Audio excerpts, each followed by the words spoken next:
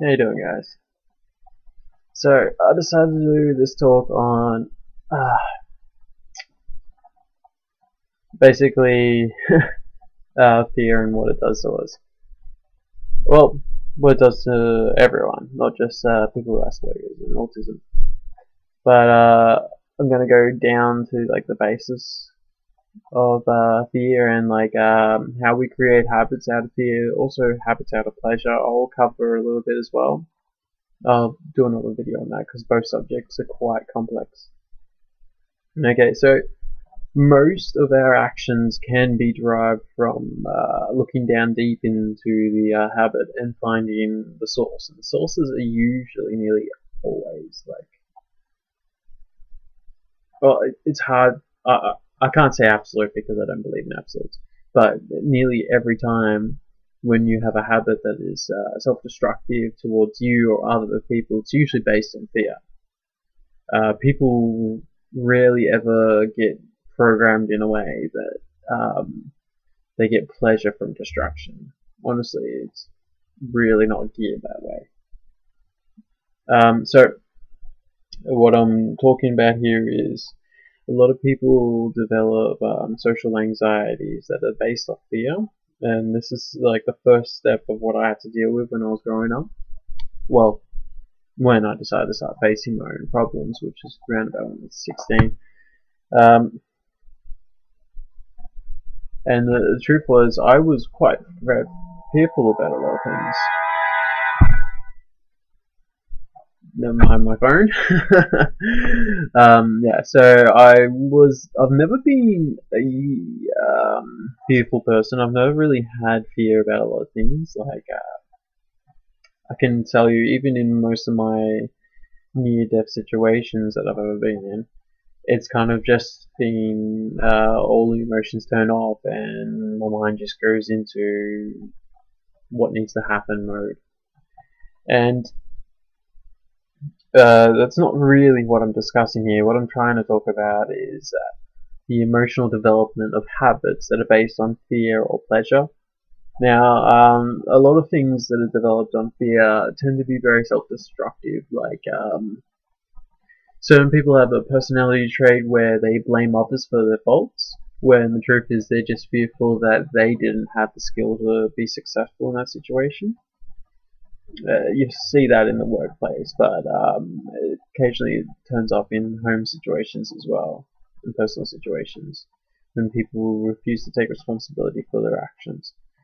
And it's not that they've been really aware of it. That's the tricky thing, is that most habits based on fear tend to be very sly, and it's hard to be sure when it's a fearful thought unless you're very intuitive. Most people, it takes time for them to work it out. Me, because I am very intuitive to myself, and I really had to be for my Asperger's.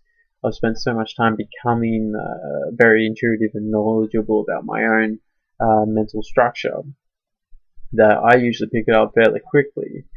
But that's also one of my better skill sets as well, because of my pattern recognition abilities. I can actually pick up on it very easily in myself.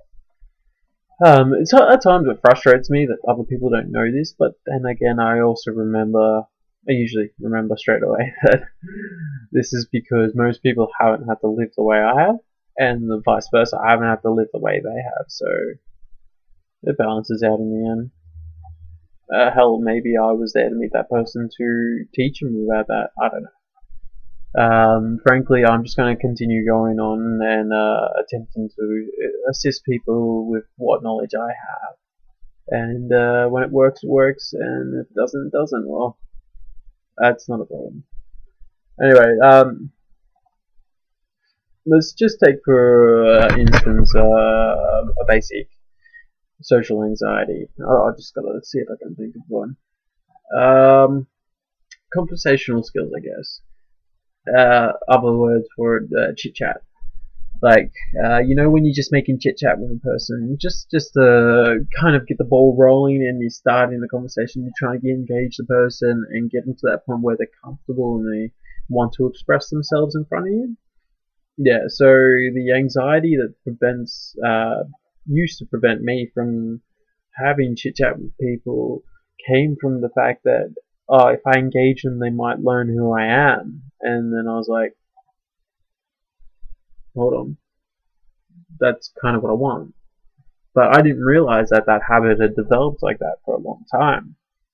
It wasn't until about 4 years ago, 5 years ago, when I realized that habit was there, and I actually started going against it.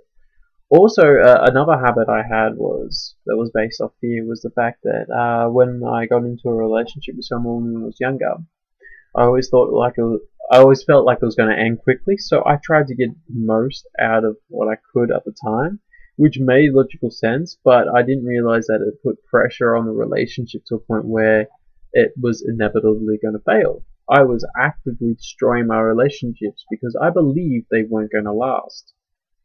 And yeah, so once I realized that, actually wasn't that hard to change that one. And from now on, I actually just lay back and relax when it comes to relationships and let them develop a lot of the time on their own. I have to admit, I still fall into some anxiety habits like that, but frankly, there's so many complications and intuitiveness that you need to learn that it's really kind of a task that you got to keep up. I've been finding out that the more complicated and older, mature you get, you really need to work on your mind a lot more, because when you're young, you don't have a lot of hang-ups. There's another habit developed out of anxiety and fear. Is shit. I just forgot it. Sorry. Wow, I've really just completely blanked on that. Ouch. What was I saying? Anyway, so fear and anxiety habits. There's something you've got to be intuitive about to learn how to manage and handle. It took me a long time to develop to the level I am now, but I've gotten to a point where it's kind of very easy for me to sort myself out nowadays. I'm don't have to spend a lot of time working it out, and I can really be myself when I'm out and about. I've really removed the habits that were holding me back, because frankly, not going out and experiencing, even if you do something wrong, there you go, there's another fear. Even if you do something wrong, or something people don't like, it doesn't necessarily mean it's wrong either. And at worst, you learn from it. So what if you upset a few people? Well, unfortunately, that's part of life. You can't exist without stepping on something. Do we care when we accidentally step on an ant when we're walking down the street? No. Frankly, we were just like, well, didn't see him there. So you really can't take too much responsibility for messing up. Frankly, the matter of fact is that you're just human, and you know what? That's pretty good. Being human's actually not a bad trait, not a bad gig. If you think about it in the grand scheme of things, it is amazing we exist at all. So, frankly, live it up and do what you want to do. I'm not saying be disrespectful to people. I'm just saying that don't give in to the fears you have deep down inside. You got to push against them and break them to wear them down and then remove the habit. And sometimes all it takes is experience to change the habit. Instead, not you don't even need to understand it, but you can tell when you're doing something out of fear. If you can learn to be aware of when you're doing something out of anxiety and fear, then you can just stop yourself right there and decide you don't want to be like that. Sorry. I don't know where that hair is. Okay. Yeah, and well, I proved that to myself over and over with what I've been doing with my life at the moment. I've given 110% to earning enough money to do my dive course, and I am absolutely itching to just go over there and get back in the water. Anyway, it's really important, I find, to be aware of your mental dynamics. I don't think that everyone else needs to. A lot of people are intuitive in that way. Like my best friend, like he's very intuitive to the way his mind works. He often trips up over his own feelings occasionally, but that's simply because he's not aware of it. He's instinctively emotionally intelligent. Me, I had to work at it. Oh, and new develop on my case is I've actually been developing my anger, and I know that sounds a little counterproductive, but the truth of the matter is it's been bottling up because I haven't been expressing it. And when anger is a natural expression of your emotions, it communicates to a person that you are agitated and upset by what they're doing. Now, the trick, I think the thing is there is not to let it take control. That's when people lose it. Being frustrated is part of life, and being angry is part of life as well. You got to accept them. They're not comfortable and they're not fun, but that is, frankly, not really much of a choice in that situation. It's a part of you, and the sooner you accept that you can be fearful, you can be angry, you can be irritated, then it's part of you, and you are more in control of it. Um, there's a few people in my life that I realized that I actually should have expressed my full anger up because, frankly, they didn't learn from their actions, and the fact that I let them get away with it actually did them a disservice as well. If I hope that makes sense.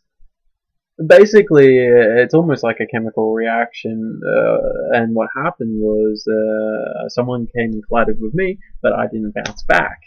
And frankly, that was counterproductive for them because they learnt they could do that and get away with it. And I've met a lot of people with sly little traits that do that, and I let them get away with them. But that's what I'm saying. I've actually been developing that kind of side of myself to the point where I actually express it when I am irritated, and you know what? I feel so much better for it. And it's not like I'm not losing control. I'm not abusing people. I'm not being violent or anything like that. It's just simply instead of letting them treat me lesser, even though it doesn't seem to affect me so much, it tends to go over my head most of the time. People getting me agitated does not happen at all. If someone agitates me, they're really stepping over a line that they shouldn't be. Anyway, so basically, I learned to express my anger a lot better